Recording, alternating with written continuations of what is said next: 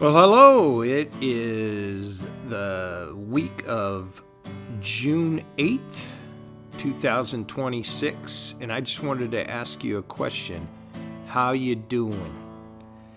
Welcome to the How You Doing Bobcast show. Yes, Bobcast.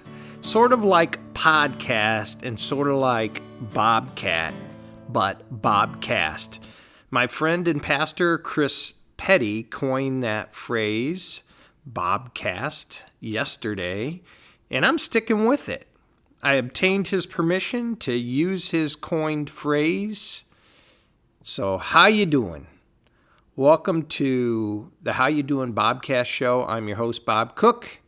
Thank you for tuning in.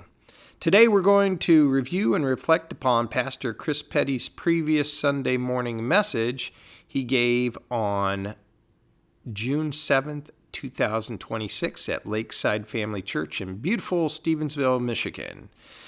And I have a very, very special treat for you today. My friend, singer, songwriter, bass player, carpenter, tradesman, who happens to be my pastor, will have his first co-written song with ChatGPT debuted on this Bobcast episode. So stick around till the end. You won't want to miss it. How's that for a hook? It's actually a very, very good song.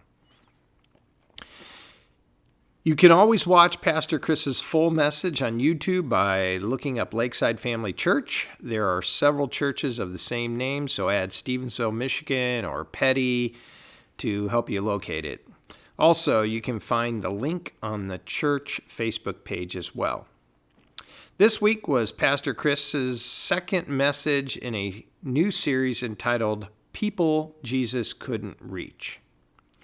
Today we'll be talking about the story of the Pharisee and the tax collector and the danger of self-righteousness. I like this story. I think it makes a good comparison and shares not just the danger, but the utter destruction caused by self-righteousness. Pastor asked us, who gave Jesus the most problems? Was it prostitutes, tax collectors, sinners, or was it Pharisees and religious leaders? The latter, correct? The Jewish leaders, scribes, and Pharisees who had the head knowledge and thought they had it all worked out gave him the most trouble. The self-righteous just don't see it. It's like an alcoholic. They deny it. Right? They are blinded to the problem. And many times by the time they see the problem, it may be too late or too difficult. Remember Matthew 7:3? Jesus said, "Why do you look at the speck of sawdust in your brother's eye and pay no attention to the plank in your own eye?" That came to my mind during this message. And as I point to the Pharisees, I have to ask myself the same thing. Have you ever caught yourself thinking about or calling out others, their faults, their shortcomings, only to get slammed and think to yourself, wait, I have some issues of my own?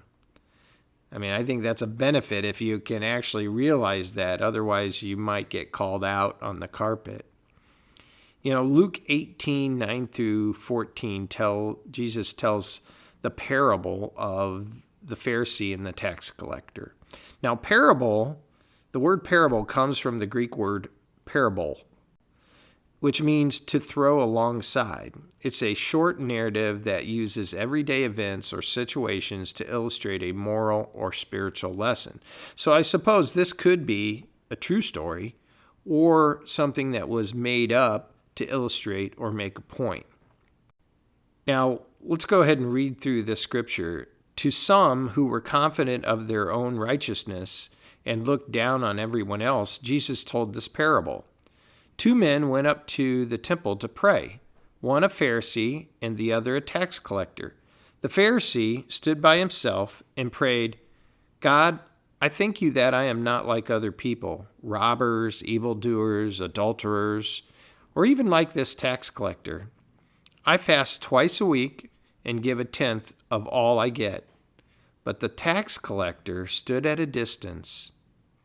He would not even look up to heaven, but beat his breast and said, God, have mercy on me, a sinner.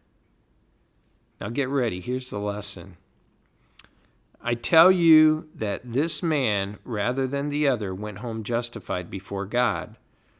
For all those who exalt themselves will be humbled, and those who humble themselves will be exalted. The tax collector was humble. The Pharisee prayed about himself, what he had done. He memorized Scripture. He knew it. But the knowledge didn't change his heart or the hearts of the Pharisees, except for perhaps Nicodemus and the synagogue leader whose daughter was healed. Those are other stories, but we've mentioned those before, I think, in earlier podcasts. I think about the series of The Chosen. I can see those scenes that I just mentioned, the one of Nicodemus and the synagogue leaders whose daughter was healed. I can see those, and they were so powerful. They were portrayed so well. They are available for free streaming on the Chosen app or can be seen on Amazon Prime. They are so good. I would highly recommend it. I believe season 5 is already out there, and season 6 will be out next year, and then the last season will be season 7. But they were just very well done. I think it really kind of brings the scriptures to life. But for the most part, the Jewish leaders gave Jesus the hardest time. Pastor Chris cautioned us, when something becomes familiar, we can tend to not notice. We must do a check-in every once in a while. Do we have bad habits that are developing? Am I having a bad attitude? Am I being prideful? I have been known to have some bad attitudes from time to time, I am afraid to say.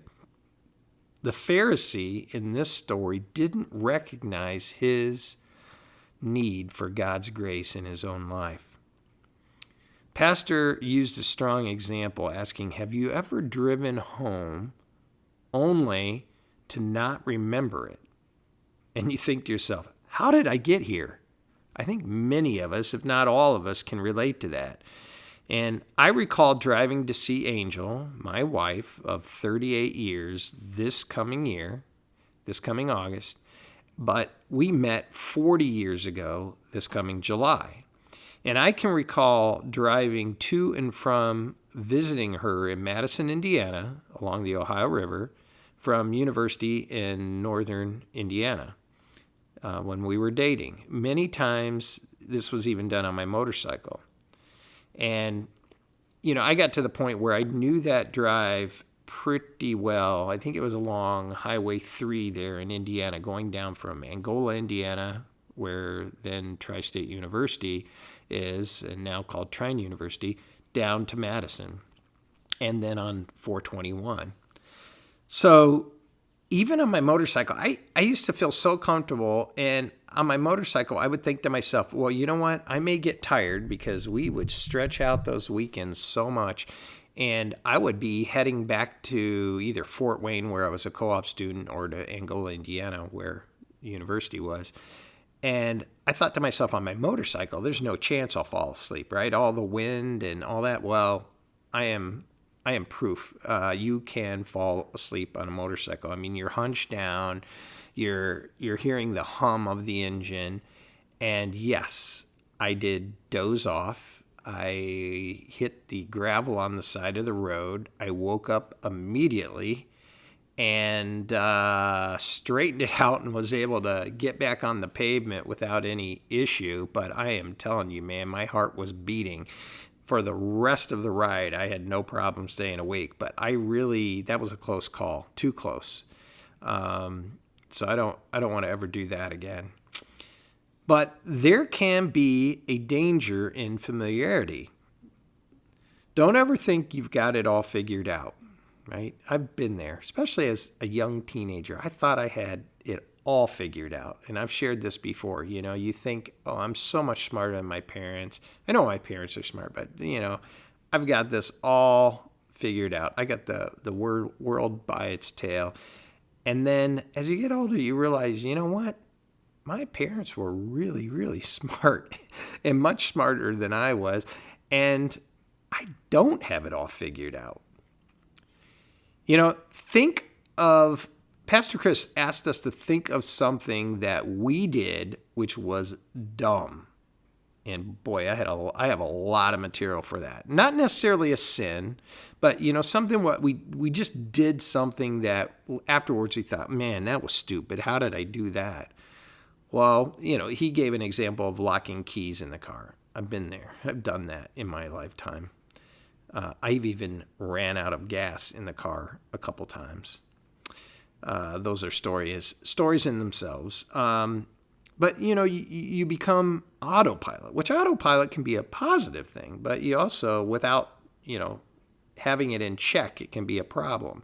So we get an autopilot and we're doing something, and then something in the whole arena changes that throws us off, and boom, we end up in trouble.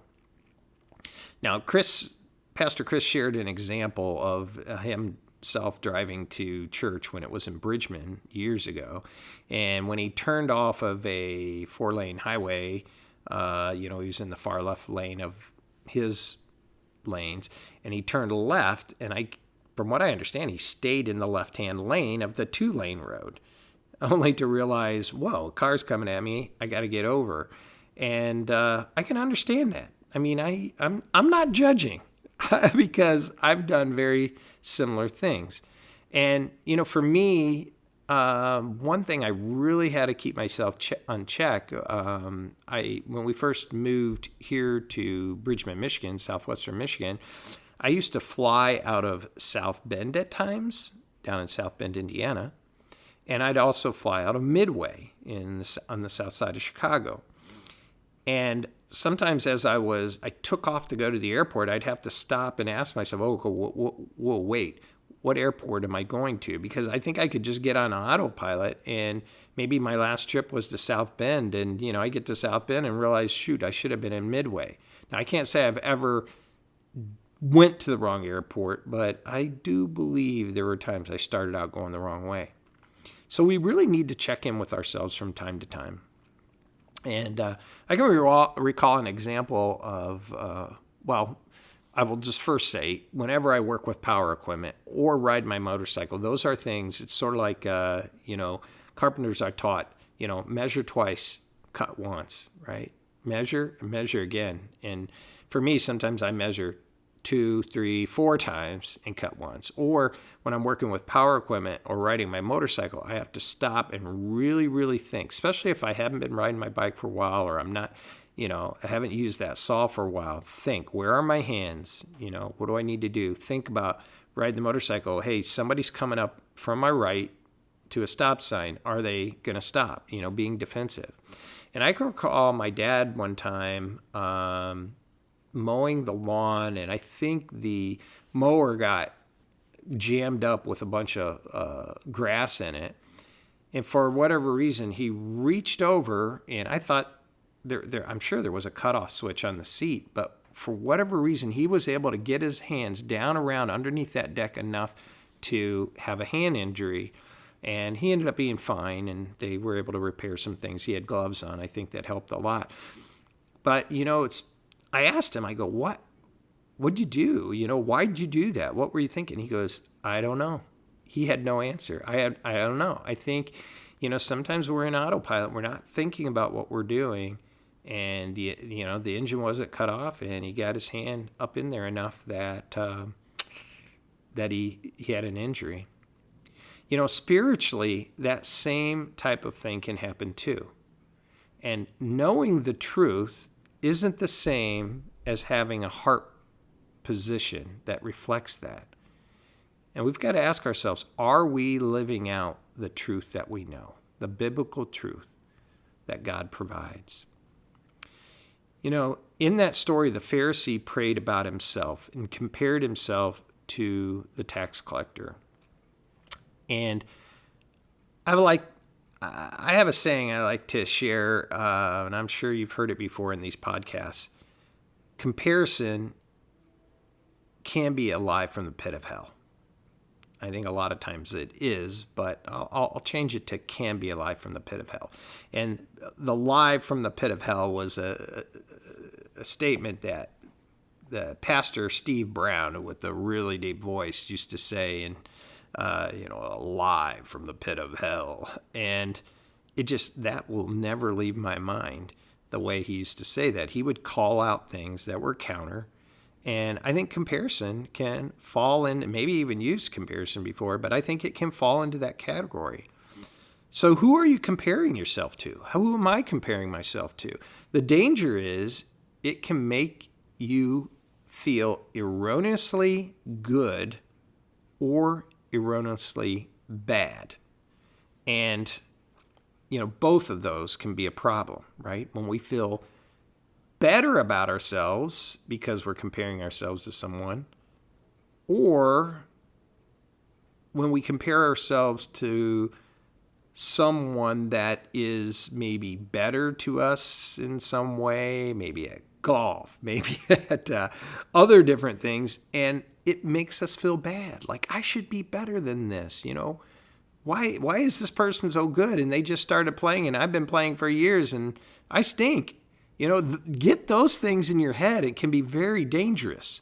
But then the flip side of that same coin is, wow, that person, they had a bad day. I'm using golf as an example because I got to golf tomorrow and it's a love-hate relationship. But, that person is really good and I'm playing better than them. That's amazing. Well, that success can be short-lived, so enjoy it while it lasts. I've lived that over and over again. But, in golf anyway, and a lot of things in life, you know what? I shouldn't be playing against other people. I know we keep score and blah, blah. But you know what? What I really want to do is focus on myself and playing against myself. A friend of mine told me this. A good friend said, I play against myself. I want to get better myself. And that's what I want to do too. I want to improve my game. How did I do last week? And how am I doing now? Am I having, more consistency? So enough of the golf analogy for those of you that may not have interest. But, apply it to whatever you do, whatever your interest is, because it can be applied in so many different areas. Comparison. Be careful. Pastor pointed out a good check. If you died today and Jesus asks, why should I let you into heaven? If your response is something like comparing yourself to others, it can be, and it is really an issue. Well, I never killed anyone. Well, congratulations. Most people haven't killed anyone. But what can be missed is the standard is not a person. If we want to compare ourselves to the real standard. It's Jesus. He lived a sinless, selfless life. If your response is, I don't deserve it. Jesus, I don't deserve to be in heaven. I'm a sinner, and the only way I could ever get in was because I was saved only and fully by God's grace and mercy. Then you have some understanding. Remember in Romans, for all have sinned and fall short of the glory of God. None of us are worthy. Our works are like filthy rags. It's only through his grace and mercy we can be righteous enough to enter into God's presence for eternity. So in the U.S., and perhaps around the world, I don't know because I haven't really had experience with universities around the world. One of my sons did go to Ireland for a while. And I have heard that some universities abroad measure students differently than we do in the U.S. But I would say definitely in the U.S. and perhaps some parts of the world, our education system is often based on grades and evaluates students based on comparison, grades and grading on a curve, So many up here in the A's, so many down here in the D's, and everybody falls in the B's and C's. But I don't know. We can talk about whether that's fair or not, but it's based on comparison. So that's in our head so often, comparison, both in secondary schools, elementary, junior high, high school, as well as at the university level. It's about comparing ourselves to others or being compared to others. Now, as a student in high school, you can sometimes walk away with an A but get to the university level and find out, ooh, man, things are much tougher. I used to be able to get A's, but now, I'm getting B's or C's. You're struggling. It's done differently.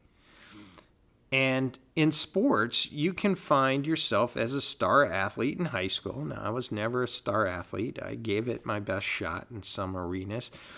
But when you get to college and you're competing at a different level and several degrees higher, if not more, and you're now, with the best of the best. Then, of course, if you would go to pros, that's even another step higher, much higher. So you're comparing. So who are you comparing yourself to? It can be tough, right? I recall a story of a friend of mine who was a great athlete, very talented athlete and star in high school, but he went on to play college sports, and his eyes were open, man. It was much, much tougher than what it was. He wasn't the standout star in comparison to so many of the others that were standout stars at their high schools as well. Comparison can be dangerous. I suppose there are times you may seek to emulate someone who is worthy, but be careful. If you select Jesus, you're always safe, right? Because realizing there is only one way to achieve his righteousness, and it's through mercy and grace, not on your own. Now in John 9, and I encourage you to read the entire story, Jesus heals a blind man on the Sabbath. The man was blind from birth. It's ironic. Basically, at the end of the story, what we learn is the physically blind man becomes seeing, but those physically with good sight become spiritually blind. The blind see, and those who see are blind. In John 9:41, Jesus said, if you were blind, you would not be guilty of sin. But now that you claim you can see, your guilt remains. Now, Jesus healed a man born blind, and it happened to be on the Sabbath. And his disciples asked him, well, who sinned? Was it his parents or the man himself? And Jesus said, no, none of them had sinned. This was done so that we could see the greatness of God revealed. Jesus healed the man that was born blind. In this particular case, it was easier to heal the physical blindness than the spiritually blind. Because the spiritually blind believe they know it all. They're prideful, and they can't see that. And that's sad. It's disastrous. Pastor pointed out, the scripture says, prior to their investigation, they, the Jewish leaders, had already decided that whoever acknowledged that Jesus was the Messiah would be put out of the synagogue. So in John 9:22, they brought in this man's parents. And of course, the parents basically responded, ask him, he is of age, which is actually quite smart. He was of age. He was an older, not real old man, but he was old enough to be asked himself. And in fact, I think they had already asked him about it. But the parents were afraid because they knew that if they acknowledged Jesus, and particularly if he was the Messiah, if they acknowledged he was the Messiah and healed their son, they would be tossed out of their synagogue, out of their community. And that would hurt them economically, and they would be socially cut off. So it was a big deal. In John 9:41, Jesus said, if you were blind, you would not be guilty of sin. But now that you claim you can see, your guilt remains. Pride can close the door because we, or those that have pride, don't believe they have any needs. James 4:6 says, God opposes the proud, but gives grace to the humble. That's a very strong verse. Opposes the proud, but gives grace to the humble. Pastor Chris, he's discussed this, I believe, in the past, because I was a little bit familiar with it from past times that he's mentioned it. But he brought up cognitive bias. And that is basically the illusion of knowledge. People think they understand things, but they don't. And this is extremely dangerous. Thinking you know, but not knowing, you can walk right off a ledge, right? And he brought up the zipper example. If he asked, do you know how a zipper works? A lot of people might say, oh, yeah, I grab the pole and I zip it up and zip it down. But what about the mechanics of it? Can they go into the detail that it's like puzzle pieces or gears that come together and are strong. And the little triangle part that he didn't have a name for, and I don't either, it puts these gears together and it takes them apart. And it can be a very strong mechanism. So do we really know the mechanics behind it? Well, he said there are a lot of YouTube videos out there on it. So, and honestly, I didn't go look. I may have to do that. But there's oftentimes we think we know, but we don't, and that can be so dangerous. We're capable of falling into this trap. I know I am, and I would suspect all of us are, right? And he brought up this example as well. Politics, right? Be careful. People think they know a lot, but they don't always know the reasons. He has a degree in political science, so of course he knows it all. No, he would be the first to say he doesn't. And he was kidding around about that. But people will lose their minds. They will sever relationships, not just with friends, but with family, because they believe they understand it all. And they won't stop and ask themselves, is there anything I'm missing here? Could there be potential of there being some kind of truth that is looked at by the opposing sides? It's always good to ask yourself, and it's healthy and beneficial, where might I be wrong? Most people don't want to ask themselves. They don't want to consider that.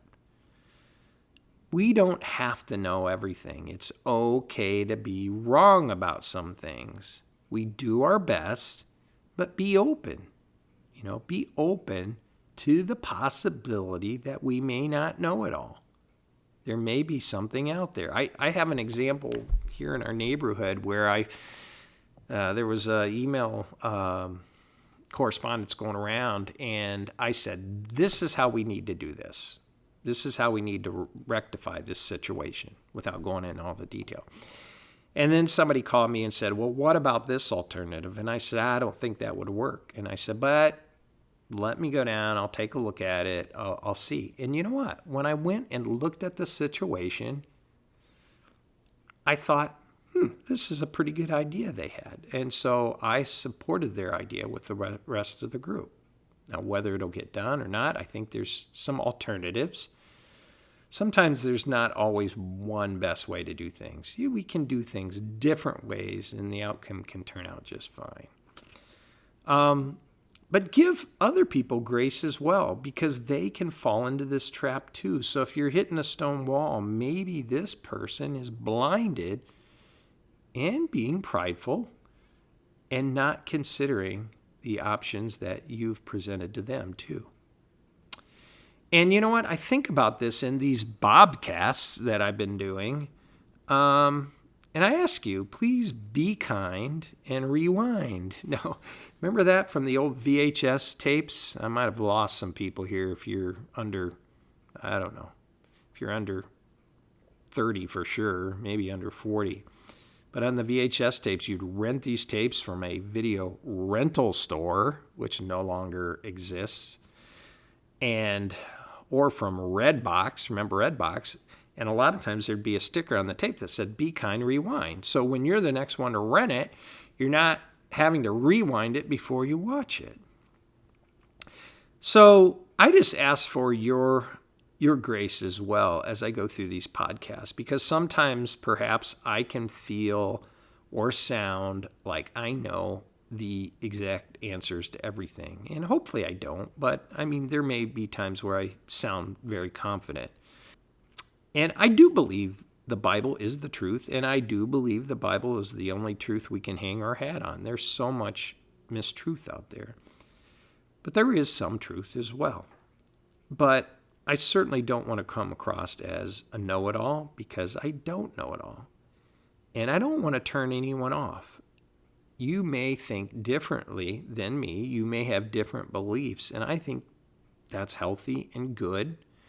And God loves and reaches out to all. And, I want my podcasts, my Bobcasts, to be something that anyone could listen and find of interest. If they're open-minded, and certainly I want to be open-minded to those that listen. But there are things that I feel very, very strong about. But I don't want to be like a Pharisee. I'm still learning, and God is not done with me yet. Thank God he's not done with me yet. My wife and many others would thank God for that too. So the tax collector in the story is humbled. He's broken. God can work with brokenness and humbleness. He can work with your brokenness and humbleness. He can work with my brokenness and humbleness. And I'd have to admit, these things just come to my mind, but I would have to admit that times when I am broken and humbled, when I feel like there's just nowhere else to turn and I have failed, when I go to God, that's sometimes the times I feel closest to him and I feel his love the most. The Pharisee in the story went home feeling very good about himself, but he received nothing. The tax collector received God's mercy and grace. And as we start to wrap up here, I really like this example. Pastor Chris used a violin instructor was asked, who are the most talented students? And the response was something like, well, they're not the most gifted. They're the most teachable. I like it. And that can be applied to anything. I think in golf, any sports, any kind of craft or skill, it's those that are the most teachable because they're willing to learn in order to improve. But those that believe they know it all, they'll never have that opportunity to improve. And they may never get to the level that someone who is open and willing to take instructions and willing to be corrected may achieve. So I'll wrap up with saying, have a teachable spirit. And I know I want God's continuous grace flowing into my life. I do not want to do this life on my own, man. I do not. Amen. So I appreciate you so much in listening to this podcast, this Bobcast. It's going to take me a while, but I love it. Bobcast. I appreciate you so much, and tell someone you love them today, and stay tuned because I'm going to wrap up with my little riff here to close, but I am going to play the debut of Pastor Chris's song that is entitled When They Write the Story. Well, that's the title I gave it to. I think he was still working on the title, but you'll see what I mean when I come to that. So here is When They Write the Story. Enjoy.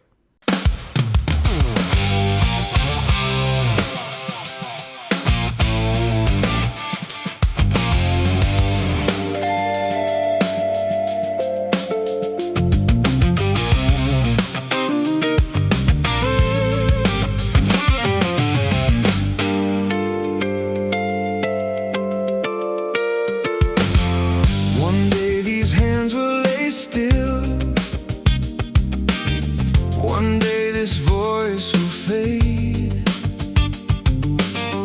The world will keep on turning long after I've gone away. The morning will find new dreamers. The rain will kiss new fields. And all that's left behind me I chose to build. So I'm done waiting for someday to begin. When they write the story,